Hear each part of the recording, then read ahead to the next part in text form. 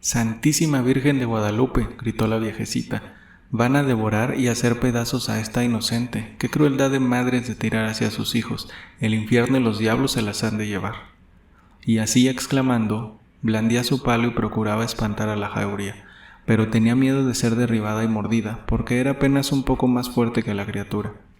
La viejecita agonizaba. De su pela pergaminada y seca había brotado, por el susto y la pena, un sudor helado. El niño gemía más dolorosamente y continuaba moviendo sus pequeñas manos para librarse de aquellas fieras que lo cercaban.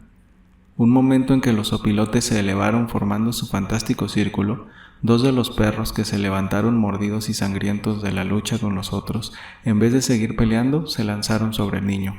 «Jesús, Jesús me valga», gritó aterrorizada la viejecita y cerró los ojos, pero en el acto la misma angustia y la curiosidad hicieron que los abriese. Notó que un perro amarillo, fuerte y vigoroso, hacía frente y acometía a los demás, y apenas querían acercarse al niño cuando daba un brinco, los derribaba en el suelo y volvió a su puesto. Así pasaron 5 minutos que parecieron siglos a la buena anciana. Número 11. Comodina. «Está salvada, bendito sea Dios», dijo la vieja. «Comodina está defendiendo a la criatura», y se acercó con más resolución al grupo de perros. «Comodina, Comodina, ven acá, ¿no me reconoces?». La perra, sentada, cubriendo con su cuerpo al niño abandonado, tenía los ojos todavía sangrientos y, con el labio superior levantado, enseñaba sus afilados colmillos a los demás perros. Tanto gritó Nastasita la perra que ésta volvió la vista, la reconoció, comenzó a mover la cola y a hacerle fiesta. Animada con este auxilio, acertó a encontrar cerca unos trozos de ladrillo que lanzó a los canes y con el palo acabó de dispersarlos. Entonces se acercó y recogió a un hermoso niño de más de 1 año de edad y envuelto en pañales muy finos. La criatura, como si tuviese ya el uso de su razón, como si hubiese sabido el peligro que corrió y el servicio que la buena vieja le había prestado, contuvo su llanto, dirigió su mirada de ángel a su salvadora, que ya lo tenía en brazos, y llevó las manecitas afiladas y tiernas con que había querido defenderse de las fieras a la cara de Nastasita, como queriéndola recompensar con un cariño. «Imposible abandonarlo», dijo besándolo amorosamente y limpiándose con la manga del vestido una lágrima que había venido a sus ojos secos.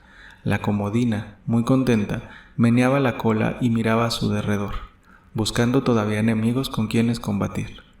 Tenemos que hacer algunas explicaciones. Comodina era una perra que vivía en la célebre colonia de la Viña, y era ya madre de 4 cachorritos amarillos y bravos como era ella, a quienes cuidaba amorosamente como tal vez no lo hacen muchas madres que tienen nombre cristiano y son, según vulgarmente se dice, seres racionales. Por la mañana salía de su escondite, donde tenía a sus hijos bien seguros, y se dirigía a la ciudad a vagar, mejor diríamos a pasear, porque no había lugar que no visitase, ni tocinería o carnicería donde no se parase a oler y a examinar lo que había. Pero como nunca se robaba nada ni molestaba, adquirió buenas relaciones, y en vez de palos o pedradas le solían tirar pellejos de carne y chorizos o morcones ya invendibles que, dicho sea de paso, no comía si estaban en estado de putrefacción, y tampoco tenía necesidad de ello, pues su principal recurso era la casa del canónigo Madrid, que después fue obispo de Tenagra, persona que no solo afecta a los animales, sino que estaba poseído de una inocente monomanía por los perros. Era hombre rico, de una distinguida familia. Después de haber estudiado y graduándose de doctor en la universidad, había viajado y recorrido la Europa y disfrutaba por su virtud y una cierta elocuencia popular que hacían célebres sus sermones. De una prebenda en la catedral. Vivía en una gran casa llena de valiosos muebles antiguos, de cuadros originales de gran mérito, de 1000 curiosidades que había colectado en Italia y Francia. Su servidumbre se componía de criadas y criados muy viejos que habían permanecido años y años en la familia, y su sociedad era absolutamente con los animales. Pájaros de todas especies, 2 o 3 borregos y cabras, un changuito, mono, de Oaxaca, y sobre todo 6 perros perfectamente cuidados y educados. A la 1 en punto se sentaba a la mesa, colocándose en la cabecera, en un magnífico sillón antiguo de terciopelo rojo. En los costados, los 6 perros en sus sillas a propósito, con sus platos hondos de hoja de lata y sus servilletas siempre muy limpias. Una criada ocupaba la otra cabecera de la mesa para atender a los perros, mientras otros criados, de los muchos que tenía, los servían con la mayor exactitud. A una señal, cada perro brincaba a su silla respectiva y se sentaba sobre sus 2 pies, mientras que con las manos hacían seña a su amo para que les dieran de comer, y lo miraban fijamente con sus ojillos inteligentes. Esto encantaba al canónigo. Enseguida la criada le servía su carne en trozos pequeños y su pan. Y cuidado con que se desmandasen o ensuciaran las servilletas, porque el canónigo les enseñaba un chicote que estaba colgado en la perilla de su sillón.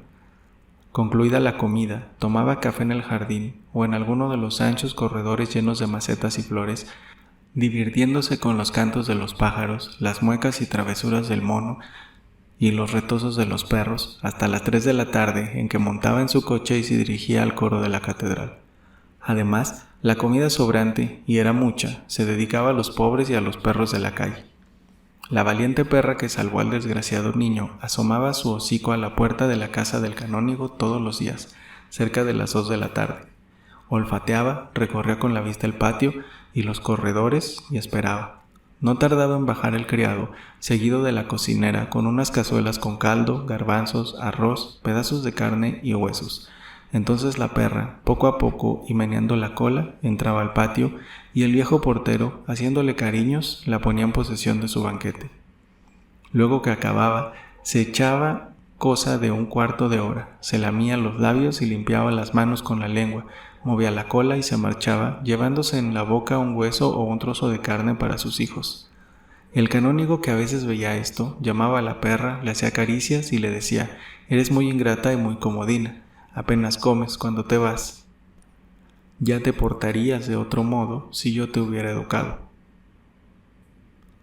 De esto le vino y se le quedó a la perra el nombre de Comodina. Así la llamaban las gentes de la vecindad, que la conocían, y ella entendía perfectamente. Nastasita entregaba ceniza limpia y tamizada, de que se hacía mucho consumo a causa de la gran cantidad de candelabros necesarios para las velas que ardían a los diversos santos que había en la casa.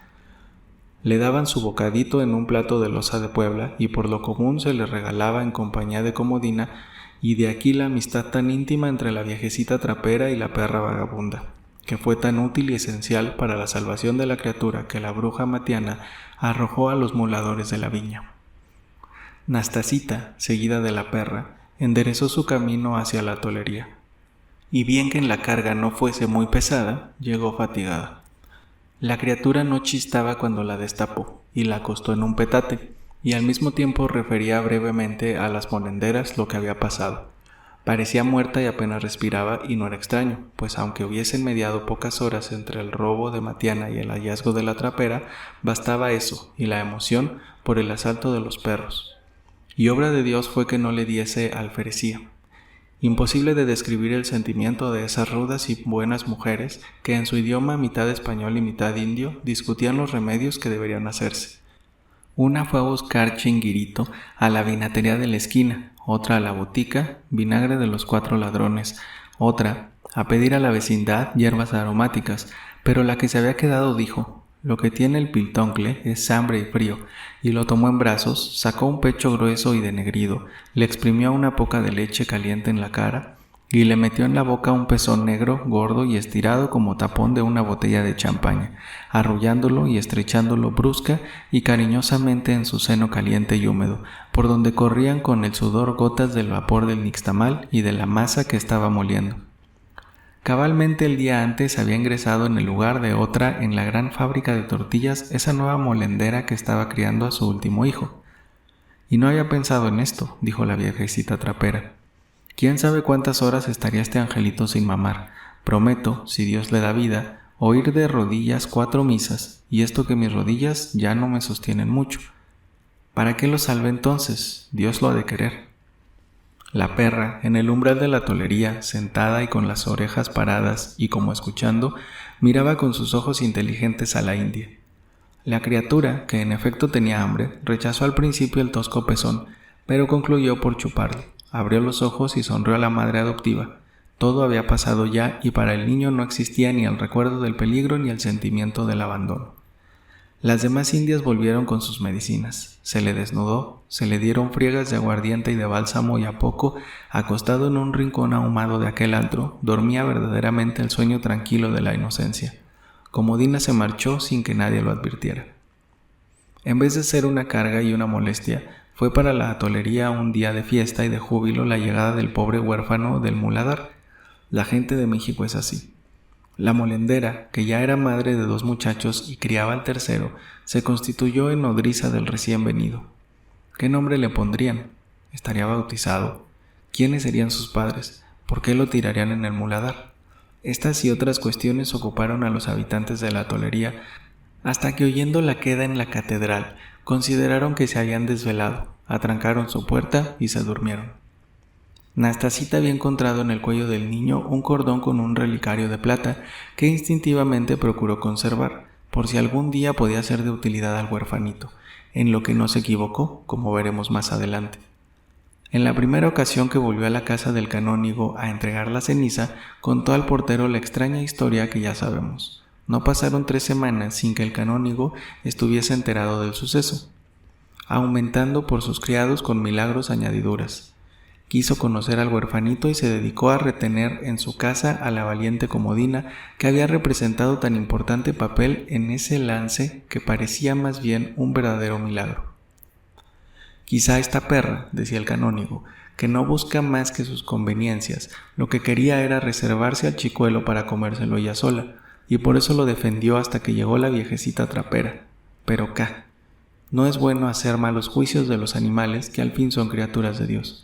Decididamente nos quedaremos con la perra y ya completaré su educación. Mañana que venga, la meten con engaños al cuarto vacío. Ya se aquerenciará. En efecto, los criados a quienes se dirigía esta conversación, tan luego como llegó Comodina, la llevaron mañosamente al cuarto. Le pusieron allí su cazuela de caldo y otra de agua y la encerraron. ¡Qué noche! Rascó la puerta, lloró, ladró, aulló, se enfureció y parecía que 3 hombres maniobraban para romper la puerta. Ninguno durmió en la casa. Muy temprano mandó el canónigo que abrieran el cuarto y el zaguán. La Comodina de un salto se puso en la calle y echó a correr. En 4 días no volvió, y el canónigo se preocupó tanto que llegó a formar escrúpulos de conciencia, pues hasta en las horas del coro pensaba en esta ocurrencia. Pero el día menos pensado, Comodina hizo una irrupción formidable con toda su familia. 4 cachorros gordos y bravos se lanzaron al patio brincando y ladrando, penetraron hasta las habitaciones de los perros de la casa, despertaron sus celos y se lanzaron los unos contra los otros, trabando una pelea horrorosa. El canónigo con su fuete, las criadas con los trapos de cocina, el portero con la escoba, todos tuvieron que intervenir y que poner orden, a lo que no poco contribuyó Comodina, que con sus ladridos y aún agarrando con la boca a algunos de sus hijos, logró que la obedecieran y dejasen tranquilos a los amos de la casa.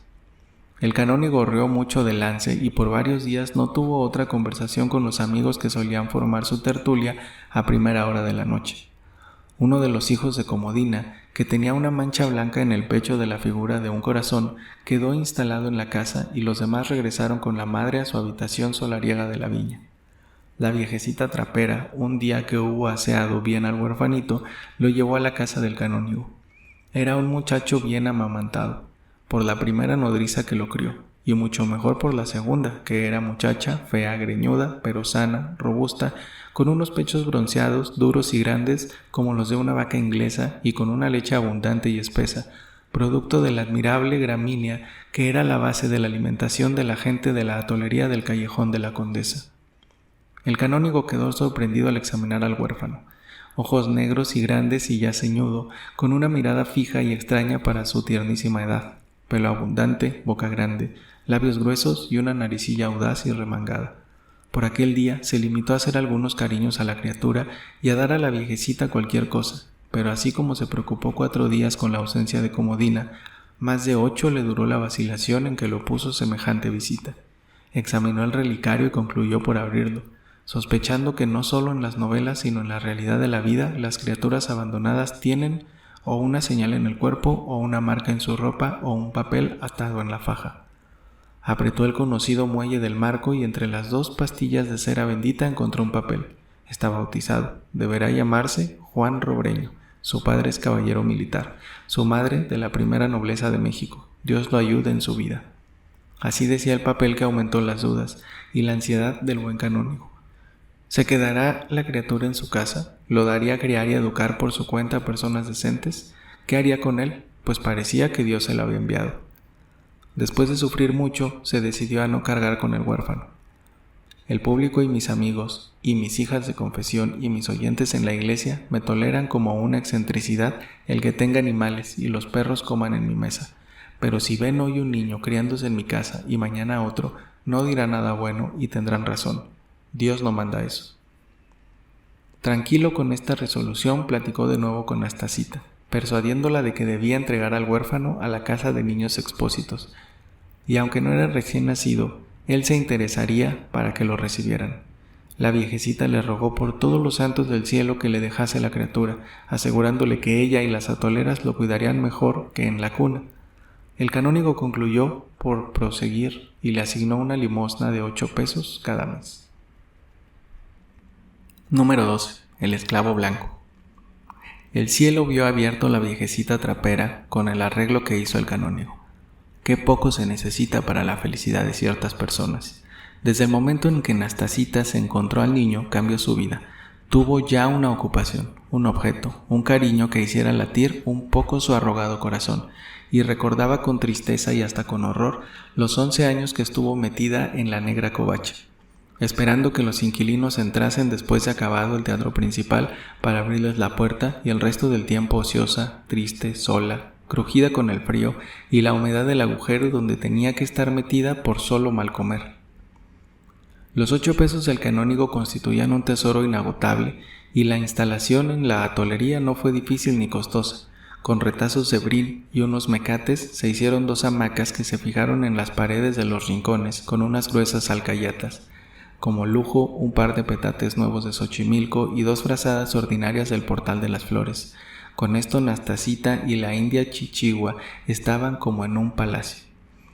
Una cuerda al alcance de las molenderas ponía en movimiento las improvisadas cunas cuando las criaturas lloraban, pero la mayor parte de las veces no les hacían caso y concluían por callarse, porque los hijos de los pobres y los huérfanos expósitos tienen el instinto del sufrimiento desde que nacen, así como los hijos de los grandes, de los ricos y de los reyes tienen el de causar molestias a todo el mundo. ¿Qué juguetes más finos y costosos había de comprar la pobre trapera para divertir al que llamaba ya a su hijo? Apenas podía traerle de vez en cuando de la velería soldaditos de barro de a 8 por tlaco que chupaba, embarrándose las manos y cara con la pintura, ganando no pocas veces un cólico que lo ponía a las orillas de la muerte, pero en la atolería estaba también la botica y todo lo curaban con el maíz, cataplasmas de masa en el vientre para el empacho, friegas con agua caliente del nixtamal para la calentura y jarros de agua de cabellitos como tisana, y la aplicación de chorros del pezón negro de la nodriza por la boca, ojos, orejas y narices que lo sofocaban y le hacían volver el estómago, que eran el verdadero contraveneno, y la criatura marchita y caída como la flor a la que han estrujado y quebrado el tallo. A los 2 días estaba sana y chillando tan fuerte que los vecinos no había semana que no reclamaran y amenazaran a las de la accesoría. Y luego el bon Dieu tiene sus juguetes para los niños pobres, se sonríe con ellos y esto basta para que estén contentos. La sonrisa del niño tiene algo que no es de esta vida triste, y a cierta edad, y cuando aparece lo que se llama razón, cesa y es reemplazada por la forzada risa de las cosas graves y serias de este mundo.